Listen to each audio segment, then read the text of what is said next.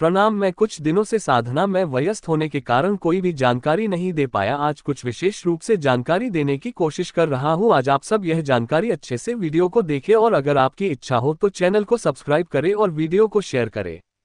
ज्ञान मनुष्य की शोभा है और ज्ञान ही चेतना का विकास भी, लेकिन यही ज्ञान कब और कैसे साधक के लिए घातक हो जाता है? क्यों साधक का ज्ञान मस्तिष्क में मचाता है घमासान? इस मुसीबत से बचने का क्या है उपाय? ज्ञान का अभिमान मूर्खता। प्रणाम, मैं हूं महायोगी मनभूल नाथ। साधक के जीवन में अनेकों उतार चढ़ाव आते हैं और मनुष्य उन उतार चढ़ावों के बीच में से गुजरता हुआ अपनी चेतना का विकास करता है।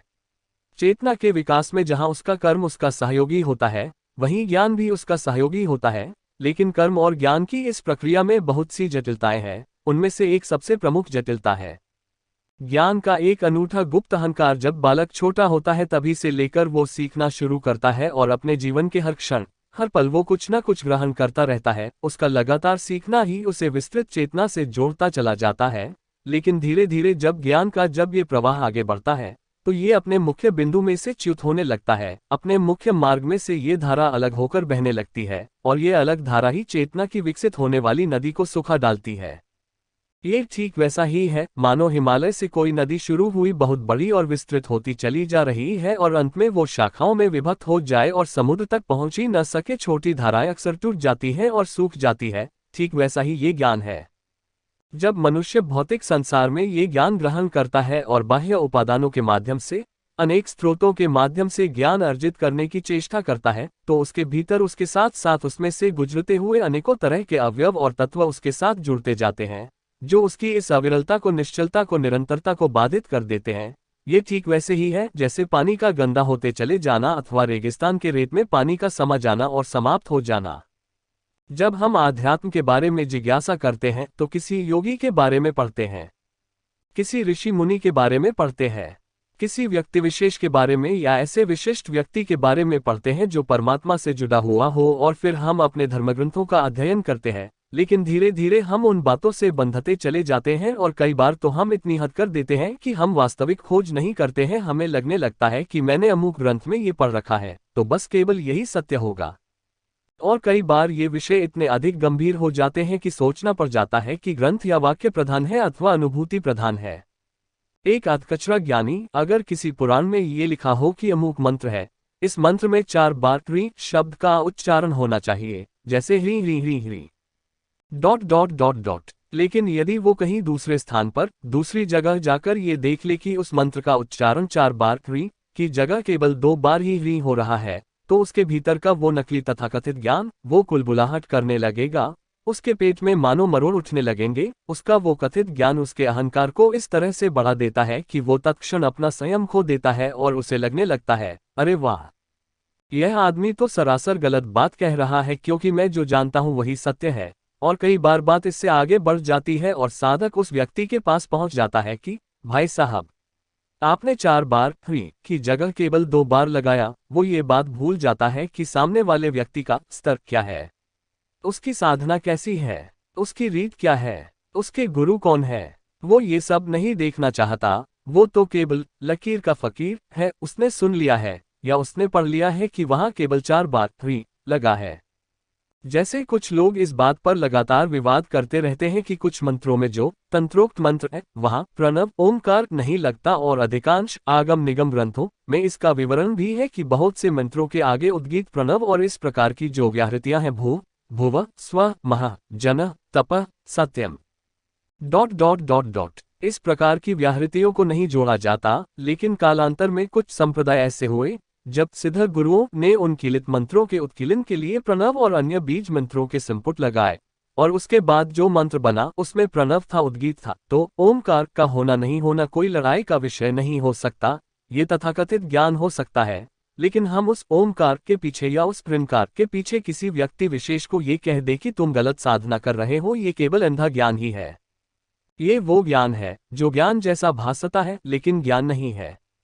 ये ठीक मनगढ़ंत तथ्य है। जैसे मान लीजिए कि आप किसी रात किसी सुनसान जंगल में से गुजरने वाले हो, लेकिन उससे पहले आप अपने मित्र के घर बैठे हो और मित्र ये कह दे कि मैंने सुना है 5000 साल पुरानी एक कहानी में कहा गया है कि जिस जंगल में से तुम गुजरने वाले हो वहां एक विशालकाय डायनासोर रहता है और जब तुम उस जंगल के बीच में से जाओगे तो वो तुम्हें खा सकता है। अब तुम ये भली प्रकार जानते हो कि डायनासोर आज के युग में है ही नहीं। तो अब यदि तुम उस वन में से गुजरते हुए ये सोचने लग जाओ कि ये तो वही डायनासोर का जंगल है, अब डायनासोर आकर मुझे खा जाएगा, तो ये मूर्ता है। ठीक उसी तरह यदि 5000 साल पहले किसी गुरु ने कहा कि इस मंत्र में ओमकार नहीं लगता और आज तुम 5000 साल के बाद इस बात का दावा कर रहे हो कि मैंने वो पुस्तक पढ़ी है, अथवा अमुक गुरु को सुना है, उसने कहा कि इस मंत्र में ओमकार नहीं लगेगा और तुम उसके लिए दावा ठोको, तो याद रखना तुमसे बड़ा मूर्ख इस पृथ्वी पर नहीं हो सकता, क्योंकि तुम ठीक वैसी ही बात पर यकीन कर रहे हो कि किसी ने कह दिया कि अगर तुम गंदी नाली का पानी भी पी लेते हो तो तुम्हें रोग नहीं लगने वाले। ये हो सकता है कि गंदी नाली का पानी लेने के बाद तुम्हारे शरीर के भीतर की प्रतिरोधक क्षमता उस गंदगी से लड़ती रहे, लेकिन अगर तुम निरंतर उस जल का सेवन करते रहोगे तो लंबे समय तक रोगों से बचे रहना फिर कदापि संभव नहीं। इसलिए मूर्ताओं का परित्याग करना बड़ा अनिवार्य है, इसलिए गुरुगम्य साधनाओं में जाना बड़ा अनिवार्य है, अन्यथा ये कथित ज्ञान बुरी तरह भ्रमित कर सकता है। और यदि इस ज्ञान में उतनी सार्थकता होती तो वो जिस क्षण तुमने उस मंत्र को पढ़ लिया और जिस क्षण वो ज्ञान तुम्हें प्राप्त हो गया तो तुम्हारा रूपांतरण तो तत्क्षण हो जाना चाहिए। तुम उस मंत्र को जानते हो, तुम उस ज्ञान को भी जानते हो, लेकिन क्या तुम्हारा रूपांतरण हुआ? नहीं, तुम्हारा स्वयं का रूपांतरण नहीं हुआ, लेकिन तुम दूसरे को सिखाने चलते हो कि ये ज्ञान गलत है। तो ये आध्यात्म मार्ग की एक ऐसी बड़ी बाधा है जिसके बारे में तुम्हें स्वयं को स्वयं ही सूचित करना होगा, स्वयं को स्वयं ही सतर्क करना होगा, क्योंकि यदि तुम इस मूर्ता में पड़ गए तो वास्तविक ज्ञान के मार्ग की तलाश बंद कर दोगे। जिसके मन में साधना की ललक होती है, जिसके मन में अध्यात्म की ललक होती है, वो प्रश्न नहीं करता। जो गुरुओं के पास जाता है वो केवल विसर्जन कर देता है। गुरु के पास जाना, फिर अपने तथाकथित ज्ञान के तराजू पे उनको तौलने लग जाना, ये पृथ्वीलोक पर सबसे घृणित और कुत्सित कर्म आध्यात्म में माना जाता है। पृथ्वी पर जो बड़े से बड़ा पापाचार है, तुम उसकी तुलना करो और दूसरे तराजू पर इस बात की कल्पना करो कि तुम किसी गुरु के पास जाते हो और उनका आकलन अपनी बुद्धि और विवेक से करते हो, तो वो दोनों पाप समांतर होते हैं। गुरु की तलाश में तुम्हें बुद्धि का प्रयोग अवश्य करना चाहिए, लेकिन जब तुम दैवयोग से उनके श्रीचरणों में पहुंच जाओ तो इस तथाकथित ज्ञान को एक ओर रखना बड़ा अनिवार्य है। वरना तुम गुरु के शरीर को देखोगे, उनके क्रियाकलाप को देखोगे, उनके आसपास के वातावरण और लोगों को देखोगे, गुरु के विषय में लोग क्या कहते हैं, समाज क्या कहते हैं, ये सब सुनने लग जाओगे। याद रखना, इन सब बातों से आध्यात्म का कोई लेना देना नहीं है। जो व्यक्ति जानकार है, जो व्यक्ति किसी तथ्य को जानता है, वह सरलता से तुम्हें उपलब्ध नहीं होने वाला और ना ही वो सरलता से तुम्हें कुछ देने वाला है। इसे जरा गंभीरता से समझना, ये साधना मार्ग की एक बड़ी अद्भुत सी अड़चन है। एक शिष्य जब पहली बार किसी गुरु से मिलता है तो वो पूरी तैयारी करके गया होता है कि मैं गुरु से ये प्रश्न करूंगा, मैं गुरु को देखूंगा, उनके बारे में जानकारियां प्राप्त करूंगा, वो कौन है, कहाँ से पैदा हुए हैं, उनका वातावरण क्या है, उनका ज्ञान कैसा है, वो कितने तपस्वी हैं, किस तरह की सिद्धियां उनके पास हैं, क्या वो मेरे लायक है या नहीं है। ये सब बातें एक तरफ व्यक्ति के मन में रहती है और दूसरी ओर यदि गुरु सिद्ध है, गुरु अपने आप में पूर्ण 64 कला संपन्न है, तो वो भली प्रकार बड़ी बारीकी से तुम्हारी एक एक हरकत को देख रहे हैं। तुम क्या सोचते हो, तुम क्या कहना चाहते हो, तुम्हारे स्वार्थ क्या है, तुम्हारी बुद्धि क्या है, ये सब गुरु पहले से पढ़ रहे हैं। अब जब तुम उनके सम्मुख जाते हो तो तुम अपना बुद्धिबल का प्रयोग करना चाहते हो, अपना कौशल दिखाना चाहते हो, अपना चातुर्य दिखाते हो, और गुरु वो न तो कोई चातुर्य दिखाते, वो केवल मौन रहते हैं और तुम्हें वो सब करने देते हैं जो भी तुम कर सकते हो, और इस उलझन के बीच वास्तविक ज्ञान तो खो जाता है। एक तो पहले ही जीवन में समय कम था, मुश्किल से पुण्यवश यदि तुम गुरु के पास पहुंचे, फिर तुम्हारे कथित ज्ञान ने तुम्हें लपेट लिया, इससे बड़ा दुर्भाग्य अब पृथ्वी पर और क्या हो सकता है। इसलिए मेरे हित में यह है कि जब मैं श्री गुरु के पास किसी कारणवश पहुंच जाऊं तो उनके दिए साधना मार्ग पर पूर्ण आस्था और विश्वास करके आगे बढ़ूं, क्योंकि दूसरा कोई चारा नहीं है। मेरे पास दो ही मार्ग हैं, या तो फिर गुरु की निंदा करूं, कहूं कि वो कपटी है, वो ठीक नहीं है, उनका चरित्र ठीक नहीं है, उनका व्यक्तित्व ठीक नहीं है, उनका पंथ ठीक नहीं है, उनकी परंपरा ठीक नहीं है, वो शैव है, वो शाक्त है, वो वैष्णव है, वो गानपत्य है, उनको संप्रदायों में तोड़ दो, क्योंकि वो तो तुम्हारा अपना कथित ज्ञान है। तुमने गुरु को हरि के रूप में देखा तो वो हरि के रूप में दिखेंगे। तुम गुरु को शिव के रूप में देखते हो तो शिव में देखोगे। स्वयं को भी तुम गुरुवत जानोगे जब तुम गुरु से जुड़ जाते हो। ये तुम्हारी अपनी दृष्टि है, तुम किस दृष्टि से गुरु को देखते हो, तुम वैसे ही शब्दों का उच्चारण करते हो। अधिकांशतया अगर तुम प्राचीन गुरु परंपरा का अध्ययन करो तो समस्त बड़े बड़े गुरुओं की अवमानना, उनका अपयश, उनके खिलाफ कहने वाले वही लोग हैं जो कभी उन गुरुओं के चरणों में बैठे थे, क्योंकि वो अति लोलुप, अति लोभी, अति कामुक, व्यसनी, पूरी तरह से भोग में लिप्त, कभी किसी भी उच्च कोटि के संत के भीतर के उच्च सोपान को नहीं देख सकते। और फिर गुरु मायावी हैं तो माया के अपने आवरण को सरलता से बींधने कहाँ देंगे। और फिर तुम्हारा अपना वो ज्ञान जिसको तुमने सदियों से पकड़ रखा है, वो एक परंपरा बन गया है, उसमें कोई अनुभूति नहीं है, कोई तथ्य नहीं है।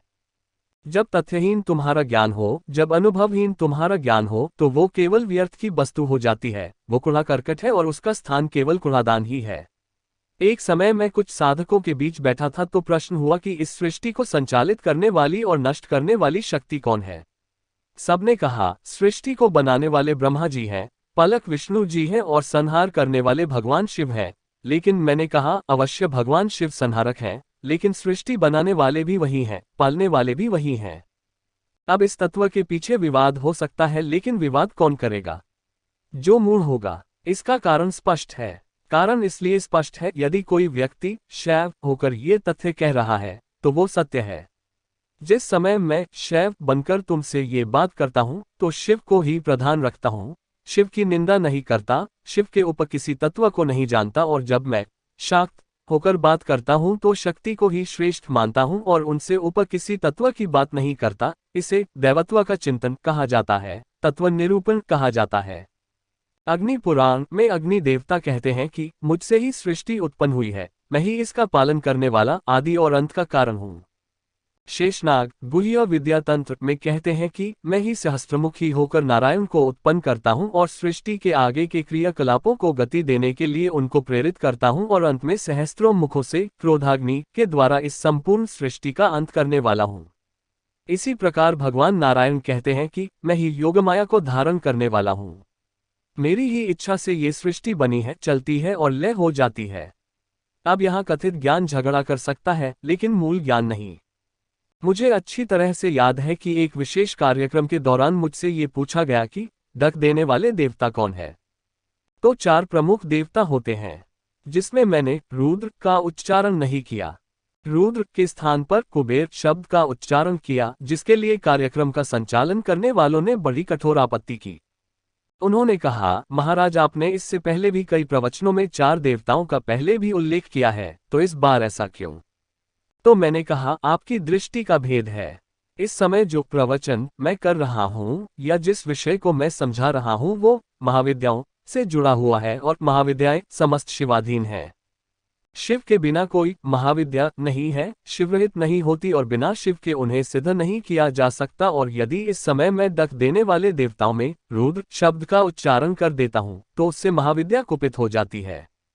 इसलिए रुद्र के स्थान पर कुबेर शब्द कहा जाता है, क्योंकि जो रुद्र है उनका कार्यभार देव परंपरा के अनुसार उपविभाग में कोषाध्यक्ष कुबेर संभालते हैं।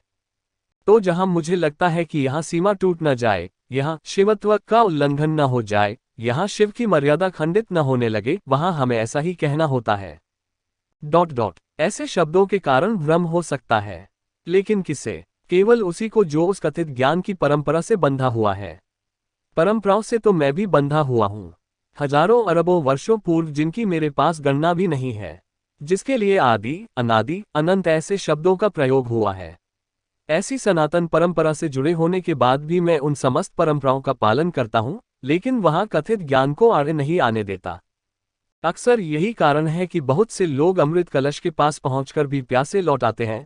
तो ऐसे ज्ञान का क्या लाभ जो तुम्हारा ही शत्रु हो जाए, जो तुम्हारे ही मार्ग में रोड़ा बन जाए और तुम्हें कुछ पाने न दे। उस ज्ञान को त्याग देना जो इतने प्रश्न खड़े कर दे, अपितु उस ज्ञान को उत्पन्न करने की कोशिश करना जो गुरु और उनके बाद गुरु प्रदत्त साधना और उनके श्री चरणों में बैठकर मूल साधना को करने का यथावत अवसर प्रदान करे।